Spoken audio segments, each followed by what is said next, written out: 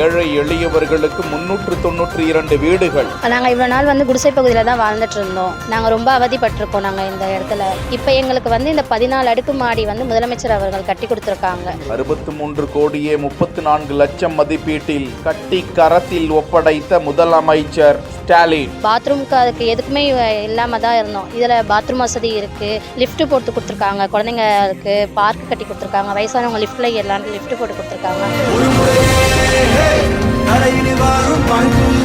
தண்ணி வசதி பப்ளிக்கு உள்ளே வீட்டுக்குள்ளே வர மாதிரி தண்ணி பண்ணிக்கிறாங்க. பக்கத்தில் ஆஸ்பத்திரி இருக்குது, ரேஷன் கடை இங்கேயே வாங்கிக்கோங்க அப்படின்னு எம்எல்ஏ ரேஷன் கடை ஓப்பன் பண்ணிக்கிறாங்க. மகிழ்ச்சி பூரிப்பில் நன்றி கூறி வீட்டிற்கு சென்ற பொதுமக்கள் சென்னை தண்டையார்பேட்டை கைலாசம் தெருவில் கடந்த 2019 ஆண்டுகளுக்கு முன்பு குடிசை வீடுகளாக இருந்த அந்த பகுதியில் அடிக்கடி தீ விபத்து ஏற்பட்டதாலும் மழை காலங்களில் கழுத்தளவு தண்ணீரில் பாம்பு பூச்சிகள் தொந்தரவோடு அப்பகுதி மக்கள் மிகுந்த சிரமத்தில் இருந்து வந்த நிலையில் கடந்த அதிமுக ஆட்சி காலத்தில் அப்பகுதி பொதுமக்கள் வெளியேற்றப்பட்டு அங்கிருந்த வீடுகள் இடிக்கப்பட்டன.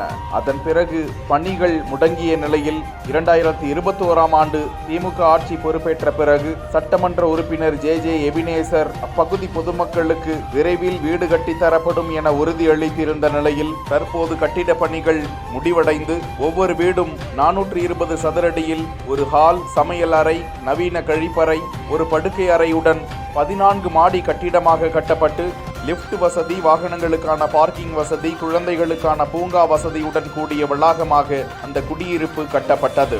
இந்த 392 குடும்பத்தினருக்கும் குழுக்கள் மூலமாக நிதி ஒதுக்கீடு செய்யப்பட்டு 17,50,000 தமிழக அரசின் நிதியும் 1,50,000 மத்திய அரசின் நிதியும் வழங்கப்பட்டு வீடு கட்டி கொடுக்கப்பட்டிருக்கும் நிலையில் 19 லட்சம் செலவில் கட்டப்பட்ட வீட்டிற்கு பயனாளிகளுக்கு 1,50,000 கடன் வசதி செய்யப்பட்டு அந்த வீடு கையில் வழங்கப்பட்டது.